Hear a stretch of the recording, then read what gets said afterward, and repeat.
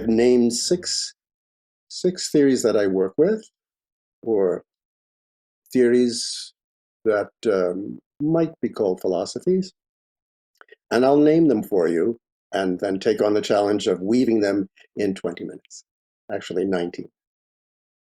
By the time I get through saying it, it'll be 18 minutes. So the theories have to do with questions like, is there such a thing as preculture? Preculture. What is the right use of intellect? Or, the right use of intellect, looking at the right use of intellect. Looking at the role of the visceral or the felt sense in our work. The role of intimacy. What is intimacy and how does it work?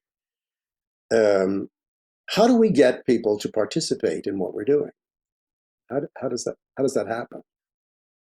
And what is this thing, this rhythm of make art make sense? So weaving is this staying with it. And my nature is to weave. It's my nature. I rather than calling it ADD, that I can't stick with one thread, I weave all these different threads all the time. I weave my personal life, I weave my work, my spiritual life, my academic life, just constantly working to weave. It is a way of life for me. So pre-culture for me is, yes, I received a lot from my ancestors. And in the Jewish traditions, there is so much that I received. But at some point, I realized I turned to the arts to sense, if I was working with a metaphor, what am I that precedes all of what I'm learning on the outside about who I am based on culture? I learned a lot. I grew up in a very rich culture, and had spent a lot of time with my grandparents, and I could hear Yiddish spoken in the house all the time. I could speak some Yiddish.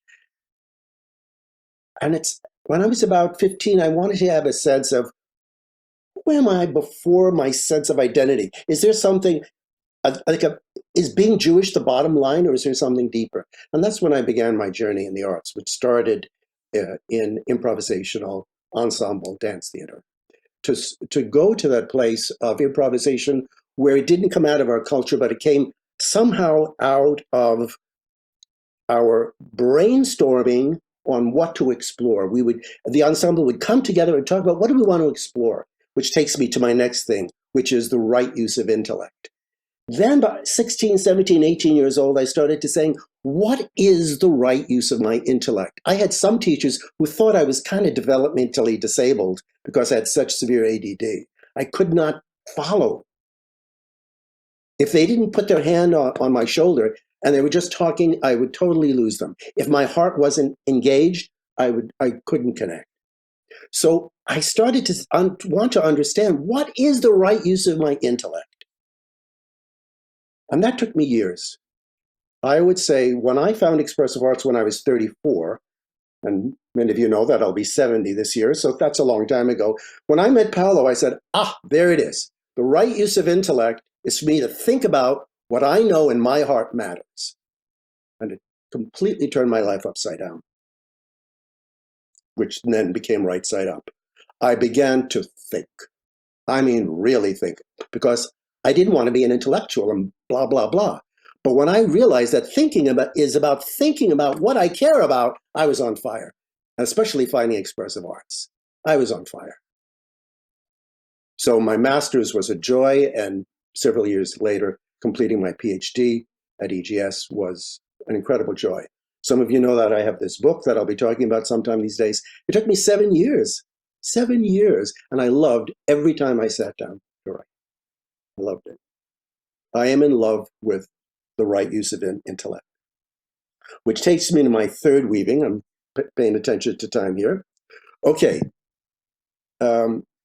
While I was studying at Lesley in the mid-'80s, I found the work of Eugene Genlin and the felt sense, and I just love that phrase. I fell in love with the phrase, felt sense. It made so much sense to me like, oh, that's the way I know if something is true. I have a felt sense of it. And I saw that um, my way of making sense was so connected to the way I make art because it was very visceral. I was a very body-centered thinker. So the introduction of felt sense was my next sort of springboard into refining how to make sense and connecting it how to make art, how to make sense. And that's when I moved from being an expressive arts therapist to wanting to be an educator, because I liked creating atmospheres where we not only made art, but we made sense. Make art make sense, make art make sense. So here I was with my three weavings happening at the same time, asking, what are we that precedes who we are? Who I am was, New York Jewish. But what I am it blew my mind. So I said, well, why don't you just stay with that question your whole life? What are you? And how do you give what you are a life in who you are? And I said, okay, that weaves in the right use of my intellect. Think about what matters to you.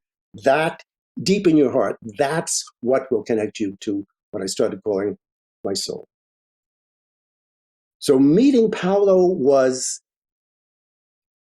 inspiration to embrace the complexity of my psyche and my life, and to start identifying as a therapist what complicates my life so that I can't enjoy my complexity. So then, as I stayed with that question, particularly with piano, my next naming was intimacy, which I brought into my art making, which at the time was mostly piano. And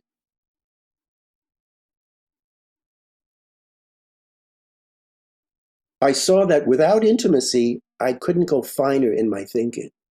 I started using the term tracking. I would intimately track the unfolding of my sense making. And that as I became better at being delicate at the piano, it affected the way I made sense. And as I became more subtle in my intellect, it affected me as a musician, as a dancer, as a poet, awakening um, my sense of the moment. And then it affected my training, teaching people how to be psychotherapists, how to be expressive arts therapists, saying, if you don't have the ability to be intimate with the moment, it doesn't work. Because you don't know how to track the just right next for supporting your clients unfolding. And what I started to see was it is not about my intimacy with the client. It was about my intimacy with the moment, which included the client and included me and included the room, included the sounds in the street.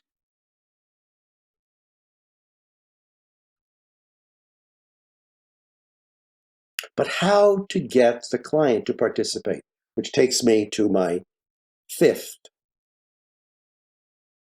weaving here, which is from that intimacy, how do I take my love of learning and invite a client to participate through art making and through conscious reflection? How do I get them to participate? What do I actually do? So then I stayed with that question. And for a few years, you realize this is 35 years, so this is evolving slowly. And then, I'm working then with this sense that if I have not established resonance, if I am not clear, they do not recognize what I'm asking of them, they will not participate. Which of course, brought in the visceral, because if I don't sense whether or not they're resonating,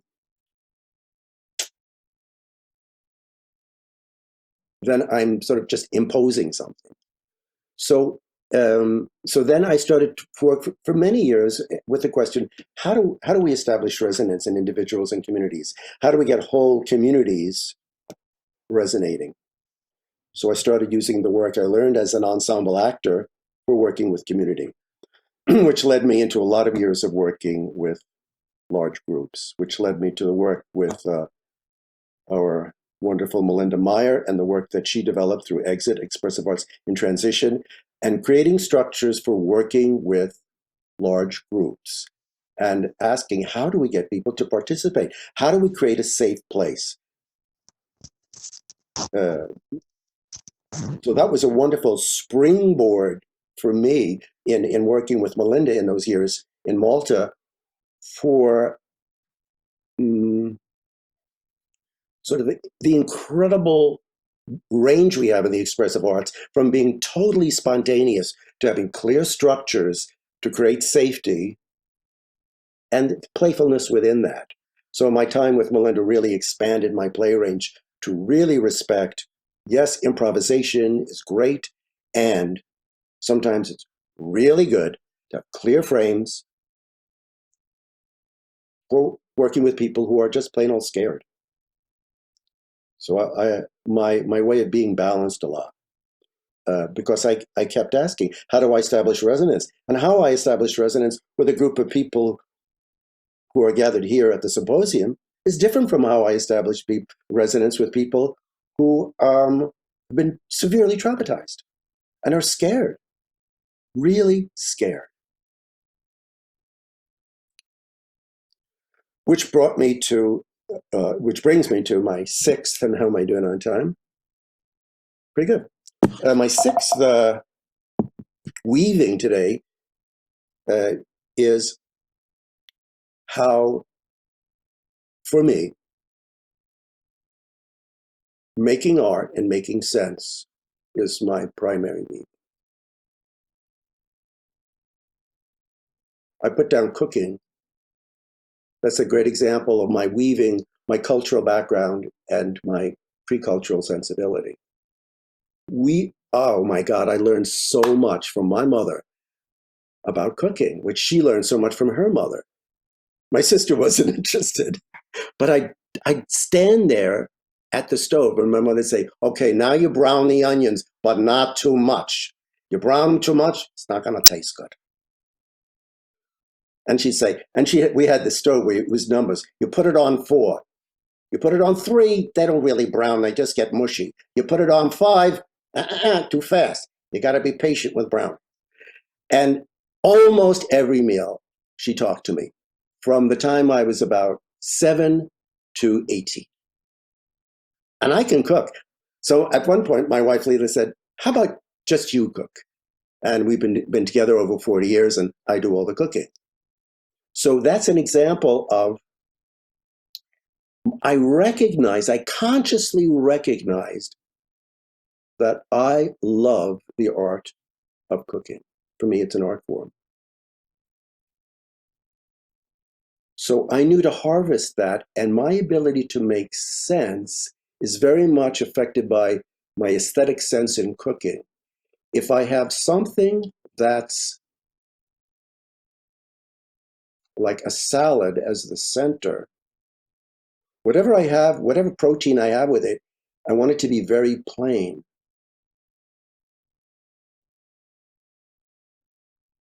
So when I go to live so that's the extraordinary time in the kitchen, right? So when I want to go back to ordinary life, how do I weave this extraordinary time of art making and my everyday life? How do I do that? How does the quality of my walking our dog or hanging out with my friends have the richness of cooking or playing the piano? So the subtlety with which I cook or play the piano, I did a kind of ongoing aesthetic analysis. And what ties all of these things together, the questions around, is there such a thing as precultural? What is the right use of my intellect? Take care of my visceral way of life. Pay attention to always intimately sensing the moment. Don't lose the intimacy. This idea of going, how do I participate with you today? Can I sense, is there any resonance? Are you recognizing what I'm saying? I really want to participate in this symposium. I resonate with where Susanna's coming from when she said, can we have a little theory in the symposium? I really resonated. So the art of creating a symposium, it took so much skill also, Susanna, but none of this would weave together if I didn't have something consistent that held them all together. And for me, it's nurture. There is nurture for me in asking questions. There is nurture for me in the felt sense of asking, what precedes being Jewish for me? There is nurture in holding this moment intimately. There is nurture for me in the intimate weaving of making sense and making art. I love taking responsibility for giving time and space and life to what nurtures me. I have made peace with my complexity. I've stopped saying I have attention deficit disorder, and I have learned how to weave all my many levels and areas of interest. I have found a way to enjoy my intellect that is not intellectual, and I love thinking about what matters to me and being in contexts like this to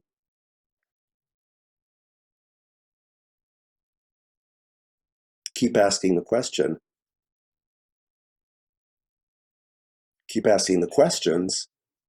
that continue to feel relevant. Questions like, what am I? And how do I give what I am a life in who I am? And the arts seem to be a great way to create that bridge back to what I am, whatever that essence is, and to come from that place and truly be in the world, truly be in the world. That's why I stay with the arts. It helps me come back. It helps me come out. And why I stay with expressive arts is because we include the right use of intellect, which is to think about what is it that we do and how does it work?